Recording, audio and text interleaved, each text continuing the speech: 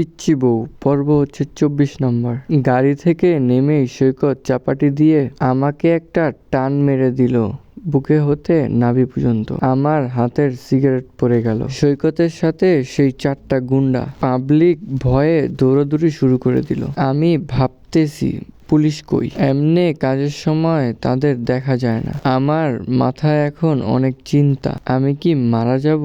10 দিনও হয়নি আমার সেই পুরনো ঘা ঠিক হতে, তার মাঝে আবার নতুন করে আরেকটা কোপ খেলাম। শরীরে তেমন এনার্জি নাই, আর এই ছেলে কে আমি সেটাও চিনি না। চেষ্টা করলাম হাতের রিংটা খুলতে, তখনই হঠাৎ দেখি পাশ থেকে মায়েরা আন্টি লাফ দিয়ে একটা লাথি মারলো সৈকতের বুকে। সৈকত ছিটকে গিয়ে পড়লো কয়েক হাত। মায়েরা আন্টি ক্যারাটি জানে, সেটা জানতাম না। ক্যারাটির ভঙ্গিতে দাঁড়িয়ে উনি মুখে বললেন হা হুইয়া, বলেই এক গুন্ডাকে এক চর খেয়ে গুন্ডা বলল আমি খেলায় নাই, আমি চলে যাই, খেলুম না। আরেক গুন্ডাকে চুল ধরে একটার পর একটা চর লাগাচ্ছেন আর মুখে বললেন হা হুইয়া কুং কিং জু পা পা পা। আমি এসব দেখে অবাক। গুন্ডা ভয়ে মায়েরা আন্টির পাও ধরলো। গুন্ডার মুখে লাথি দিল মায়েরা। গুন্ডার সামনে হাত পড়ে গেল। মায়েরা আন্টি এবার সাপের মতো হাতের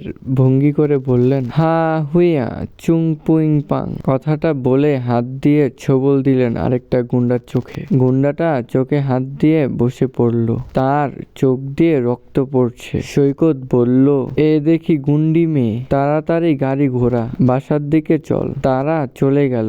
আমি মনে মনে বললাম এই দেখি পুরা বাংলা সিনেমা। তারপর অজ্ঞান হয়ে পড়ে গেলাম। নেক্সট পর্বতে আরো ইন্টারেস্টিং ভিডিও আসছে।